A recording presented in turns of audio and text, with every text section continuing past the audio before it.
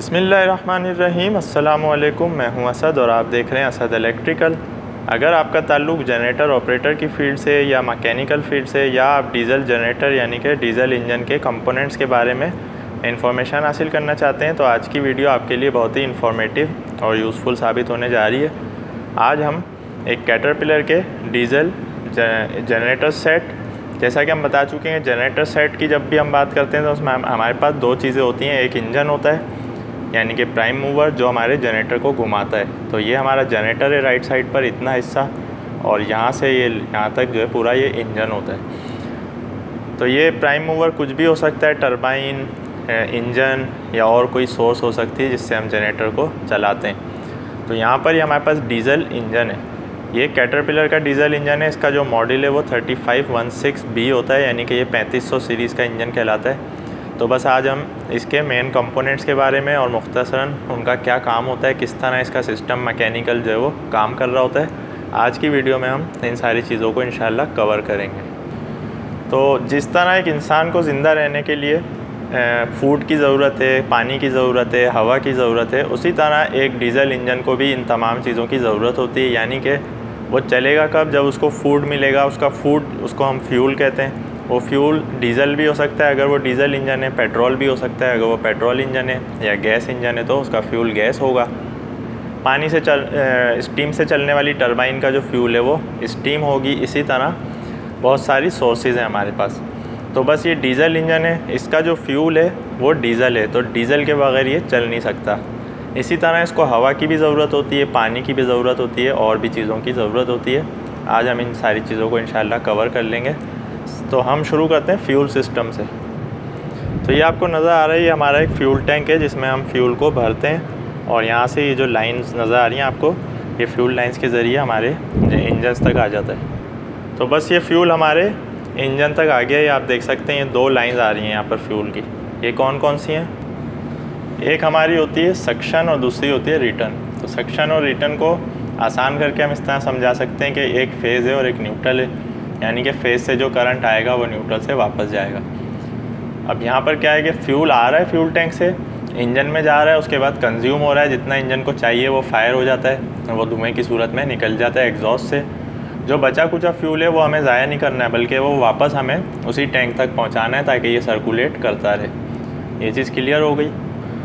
तो बस सक्शन की लाइन हमारे सबसे पहले आ जाती है फ़िल्टर्स में। इनको हम कहते हैं, ये हमारे फ्यूल के प्राइमरी फ़िल्टर होते हैं। ये आप देख सकते हैं, diesel fuel filter oblique water separator. तो इसके दो नाम हैं। एक तो ये फ्यूल फ़िल्टर है जो कि फ्यूल को क्लीन कर रहा है, उसमें आने वाले पार्टिकल्स को ये रोक लेता है अपने अंदर। इसका एक स्पेसिफिक टाइम पीरियड होता है, उसके बाद हमें इसको चेंज करना होता है। तो बस इसने डस्टी पार्टिकल और जो भी जो है रस्ट आ रही है, फ्यूल में रिस्ट्रिक्शन आने वाली चीज़ें हैं, वो सारी इसमें रुक जाती हैं। उसके बाद क्लीन फ्यूल हमारे यहाँ से निकल के पंप तक जा रहा है।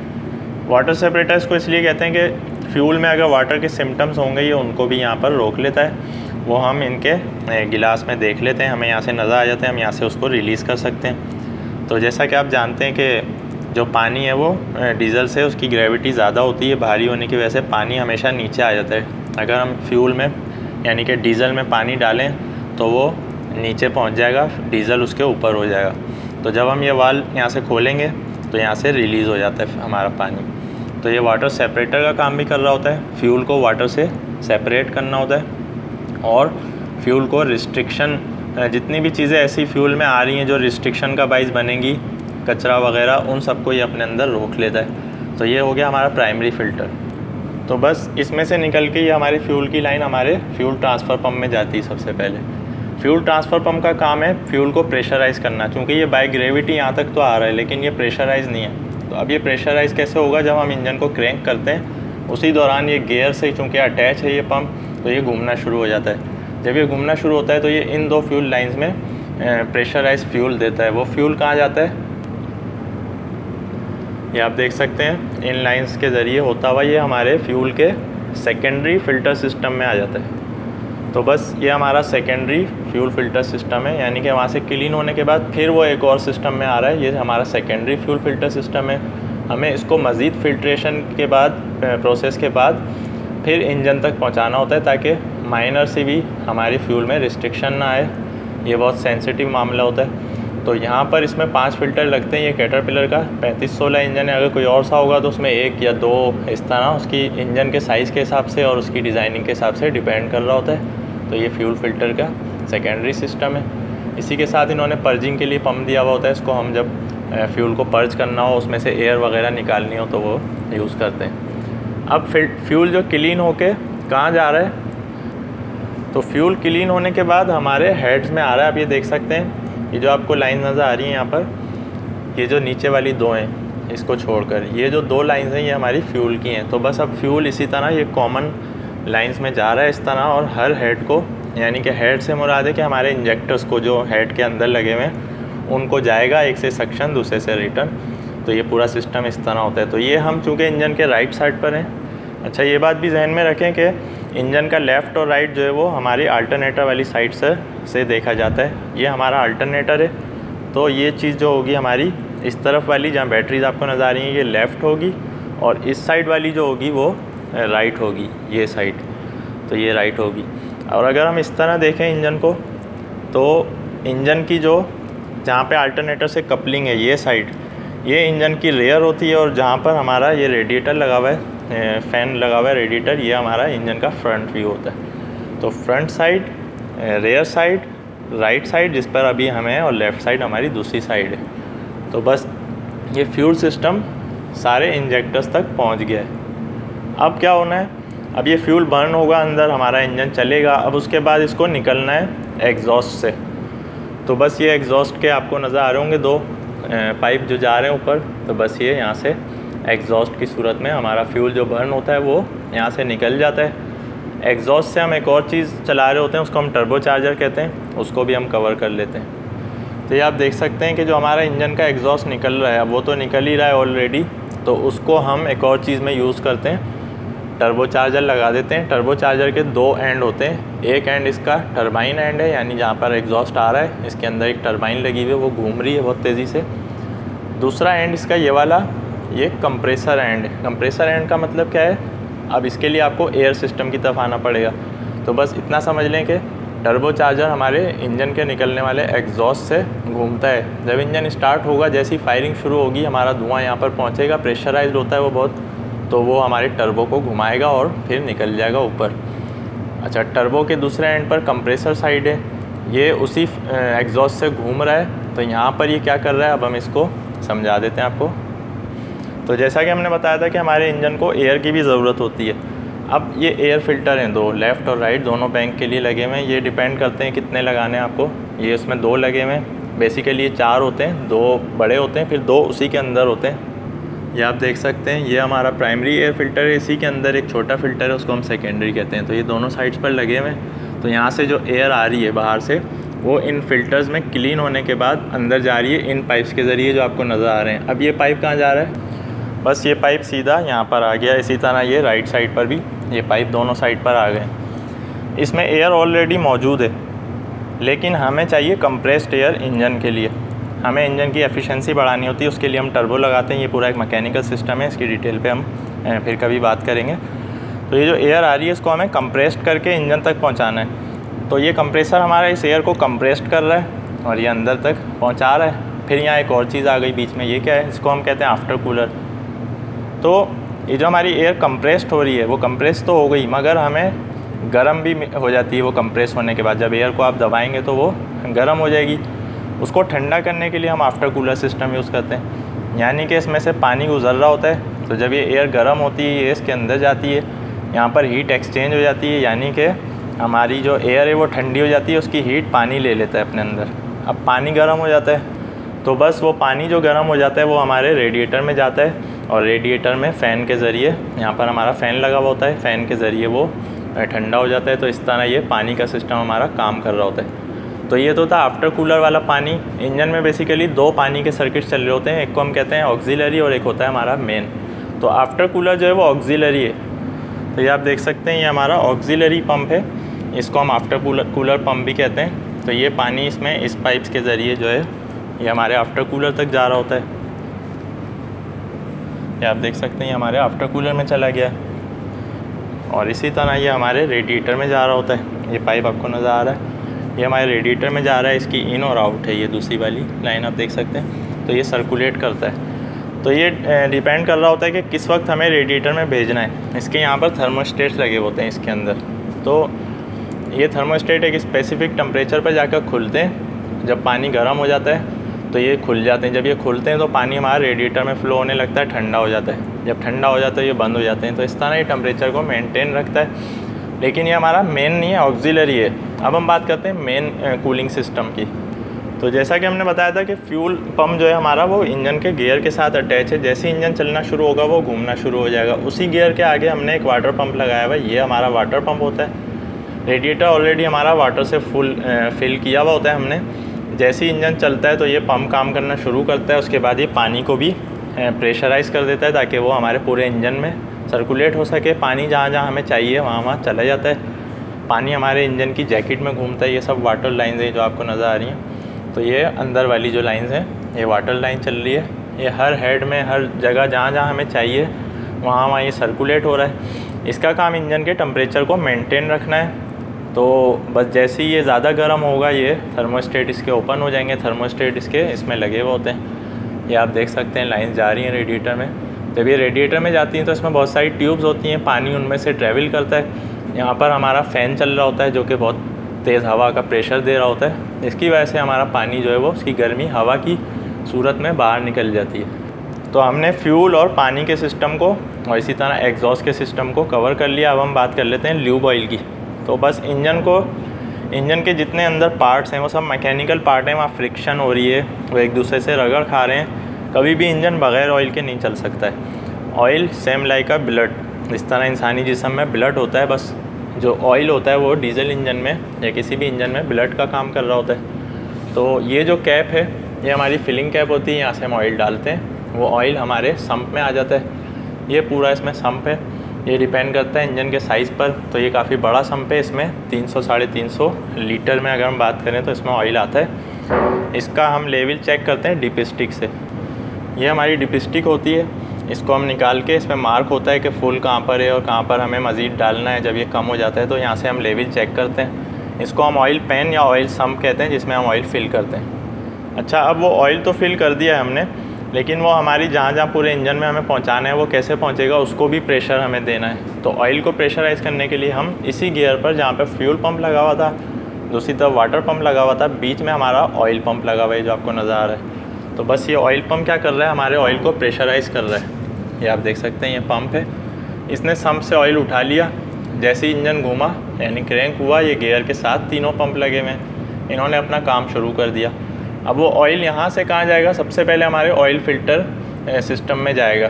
तो जिस तरह फ्यूल फ़िल्टर सिस्टम था उसी तरह हमारा ऑयल फ़िल्टर सिस्टम है। यहाँ हमारे 3 बड़े बड़े ऑयल के फ़िल्टर लगे हुए हैं अंदर। ऑयल सबसे पहले तो इनमें आएगा, उसके बाद जब वो क्लीन हो जाएगा, फ़िल्टर हो जाएगा, कचरा वगैरह इसमें रुक जाएगा। तो इनका एक टाइम पीरियड होता है, मसलन 500 घंटे 400 घंटे बाद चला के हमें इनको चेंज करना होता है। वो डिपेंड करता है हमारे मैन्युफैक्चरर पर और उनकी रिकमेंडेशन पर। उसके हिसाब से हमें इनकी रिप्लेसमेंट करनी होती है। तो बस उसके बाद ये ऑयल जहाँ जहाँ भी हमें चाहिए, हमें टर्बो में चाहिए, टर्बो में ऑयल लाइन्स लगी हुई हैं। जहाँ जहाँ भी हमें लुब्रिकेशन के लिए ऑयल चाहिए वहाँ वहाँ वो ट्रैवल करेगा। अब ऑयल जब इंजन में जाता है, रगड़ फ्रिक्शन वाली चीज़ों से गुजरता है, तो वो भी एक तरह की कूलिंग का काम कर रहा होता है हमारे मैकेनिकल कंपोनेंट्स के लिए। तो ऑयल में उनकी हीट आ जाती है। जब ऑयल अपने अंदर हीट एक्सचेंज कर लेता है तो उसको भी हमें ठंडा करना होता है। बस उसके लिए हम एक चीज़ यूज़ करते हैं, उसको हम कहते हैं ऑयल कूलर। ये जो आपको नज़र आ रहा है ये हमारा ऑयल कूलर है। तो ऑयल कूल कैसे हो रहा है, इसमें पानी की ट्यूब्स हैं और ऑयल की अलग अलग हैं, यानी कि वो मिक्स नहीं होंगे लेकिन वो एक साथ ट्रैवल करेंगे। तो जब गर्म ऑयल गुजरेगा इसमें से तो पानी इसको उसकी हीट को अपने अंदर ले लेगा। तो फिर वो पानी गर्म हो जाएगा, फिर वो रेडिएटर में जाएगा और पानी कूल हो जाएगा। इस तरह ये सिस्टम काम कर रहा होता है। तो ये तो था बेसिक फेनोमेना जो मैकेनिकली हमारे किसी भी डीजल इंजन में होता है। अब हम बात कर लेते हैं थोड़ी सी सेंसर्स की। अब जहाँ पर भी फ्यूल प्रेशर है, ऑयल प्रेशर है, इन प्रेशर्स को हमें मेजर करना होता है कि आया वो एक रिकमेंडेड लेवल पर चल रहा है या उससे कम है या उससे ज़्यादा है। उस पर हमें इंजन को शट डाउन भी कराना होता है सेफ्टी को मद्देनज़र रखते हुए। वो सेफ्टीज़ के हवाले से हम ऑलरेडी एक वीडियो बना चुके हैं डीजल इंजन की, आप वो देख सकते हैं, हम उसका लिंक दे देंगे आपको डिस्क्रिप्शन में। तो बस ये प्रेशर मॉनिटर करने के लिए हमने दो सेंसर लगाए हुए हैं। 2 सेंसर्स का क्या मतलब है, ये फ्यूल फिल्टर हाउसिंग है। एक सेंसर हमने बिफोर फिल्टर और एक आफ्टर फिल्टर लगा दिया ताकि हम कंपेयर कर सकें कि हमारे फ्यूल में रिस्ट्रिक्शन कितनी है। इसी तरह हमने 2 फिल्टर ऑयल की हाउसिंग पर लगा दिए हैं। ऑयल सेंसर्स जो है वो ऑयल फिल्टर की हाउसिंग पर लगा दिए हैं। तो एक बिफोर और एक आफ्टर फिल्टर। तो इससे हमें डिफरेंशियल प्रेशर पता चल जाता है कि दोनों का डिफरेंशियल कितना आ रहा है और रिस्ट्रिक्शन कितनी आ रही है हमारे ऑयल वगैरह में। ये सारी चीज़ें हम मॉनिटर कर रहे होते हैं। इन सेंसर्स की जो रीडिंग है वो हमारे ECM में जाती है। ECM means engine control module. ये ब्रेन ऑफ द इंजन होता है, इसमें सारे सेंसर्स की मॉनिटरिंग यहाँ हो रही होती है। यही सब चीज़ों को जो है मॉनिटर कर रहा होता है। और ये कम्युनिकेशन का एक बहुत ही जो है वो ज़बरदस्त किस्म का इक्विपमेंट है। इसको हमें DC सप्लाई देनी होती है बैटरीज़ की, जिससे ये ऑपरेट होता है। तो इसको हम ECM कहते हैं, यानी इंजन कंट्रोल मॉड्यूल। इसके अलावा बहुत सारे सेंसर्स होते हैं, जैसे ये आपको नज़र आ रहा है, ये हमारे आफ्टर कूलर का टेम्परेचर मेजर कर रहा है। उसके जो पानी घूम रहा है उसमें कूलेंट का टेम्परेचर सेंसर अंदर लगा हुआ है। इसी तरह हमारे जो इंजेक्टर्स हैं इसमें वो इलेक्ट्रॉनिक हैं, तो उनको सप्लाईज जा रही हैं। तो ये सारी चीज़ें जो है वो ECM कंट्रोल कर रहा होता है। अच्छा, इंजन में एक ब्रीदिंग सिस्टम होता है। ब्रीदर यहाँ पर हमने लगाए हुए होते हैं, ये आप देख सकते हैं, ये ब्रीदर्स लगे हुए हैं। यहाँ से इसकी जो ब्रीदिंग है वो निकलती है, पाइप्स के ज़रिए बाहर चली जाती है। अगर हम इसको ब्लॉक कर दें तो इंजन हमारा फट सकता है, यानी कि क्रैंक केस प्रेशर बढ़ने की वजह से। तो क्रैंक केस को मॉनिटर करने के लिए भी हमने एक सेंसर लगाया हुआ होता है। इसको हम कहते हैं क्रैंक केस प्रेशर सेंसर, ये आप देख सकते हैं। तो ये एक सेंसर होता है क्रैंक केस प्रेशर का। इसी तरह हमारे एग्जॉस्ट टेम्परेचर हमें मॉनिटर करना होता है। तो हमने ये टर्बो जहाँ लगा हुआ था हमारा, ये आप देख सकते हैं, ये सेंसर आपको नज़र आ रहा है, ये वायर जा रहा है। ये एग्जॉस्ट टेम्परेचर मॉनिटर कर रहा होता है दोनों साइड का, एक लेफ़्ट पर लगाया हुआ होता है हमने, एक राइट पर। इसी तरह जो हमारी एयर आ रही है, ये आप देख सकते हैं, एयर फिल्टर पर भी हमने सेंसर लगाए हुए हैं दोनों साइड पर, लेफ़्ट और राइट, कि एयर में कितनी रिस्ट्रिक्शन है, ये उसको मॉनिटर कर रहा है। तो काफ़ी सेंसर्स इंजन में होते हैं, चूँकि ये एक इलेक्ट्रॉनिक टाइप का इंजन है, इसमें सेंसर्स ज़्यादा होते हैं। अच्छा, रेडिएटर पर हम थोड़ी सी बात कर लेते हैं। जैसा कि हमने पानी का वर्ड यूज़ किया है बार बार, तो नॉर्मली हम पानी यूज़ नहीं करते इसमें, हम कूलेंट यूज़ करते हैं। कूलेंट क्या होता है, वो पानी ही होता है, उसमें केमिकल ऐड हुए होते हैं। एडिटिव्स होने की वजह से उसका नाम कूलेंट रखा गया है। इसके बहुत सारे जो है बेनिफिट्स हैं। उसका मेन रोल ये है कि वो हमारे पानी को ओवर टेम्परेचर होने से, यानी ओवर हीट होने से बचाता है। हमारे पानी को जो उसमें रस्ट आ रही है उसको रोकता है, कोरोजन को रोकता है। इसी तरह एंटी फ्रीज़ होने से भी, जहाँ माइनस में हमारा टेम्परेचर चला जाए तो वो बर्फ़ ना बन जाए हमारा पानी, उससे भी बचाता है। तो कूलेंट के बहुत सारे फ़वाइद हैं, तो हम यहाँ पर कूलेंट यूज़ करते हैं पानी की जगह। अलबत्ता ये एक वाटर सिस्टम कहलाता है पूरा इंजन का।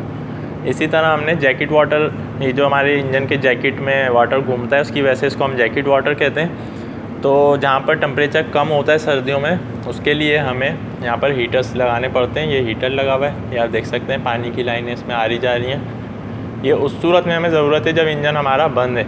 तो जब बंद होगा तो हमारा पानी ठंडा हो जाएगा, तो उसको मेंटेन रखने के लिए टेम्परेचर को हम हीटर्स का इस्तेमाल करते हैं। लेकिन जब हमारा इंजन चल जाएगा तो वो ऑलरेडी भी टेम्परेचर उसका एक लेवल तक आ जाता है, बाकी उसको थर्मोस्टेट जो है वो मेंटेन रखे हुए होते हैं। ये 2 मोटर्स हैं, स्टार्टिंग मोटर्स पे हम ऑलरेडी वीडियोस बना चुके हैं। इसी तरह बैटरीज़ हैं हमारी, बैटरी सीरीज़ और पैरेलल कनेक्शन, इनकी रेटिंग्स, इनको चेक करने का तरीका, ये सारी चीज़ों पे हम वीडियो बना चुके हैं। आप हमारे चैनल में वो वीडियोस देख सकते हैं। अलबत्ता हम कुछ वीडियोस के लिंक जो है वो डिस्क्रिप्शन में दे देंगे ताकि आप आसानी से उन वीडियोस तक पहुंच सकें। तो बाकी इसमें इलेक्ट्रिकल सिस्टम पे अभी हमने ज़्यादा बात नहीं की है। इसमें ये पूरी हार्नेस हमारी चल रही होती है, जिसमें वायरिंग चल रही है सारे चीज़ों की इलेक्ट्रिकली। तो बस ये एक डीजल इंजन का हमने आपको जो मेन कंपोनेंट्स थे और उनका जो काम था वो आपको यहाँ पर बताने की कोशिश की है। तो बस ये साइड हमारी जनरेटर की है जहाँ पर इलेक्ट्रिसिटी प्रोड्यूस हो रही है। ये जनरेटर जो है वो 11,000 वोल्ट प्रोड्यूस करता है। यहाँ पर इन्होंने लिखा हुआ है 11,000 वोल्ट्स डेंजर।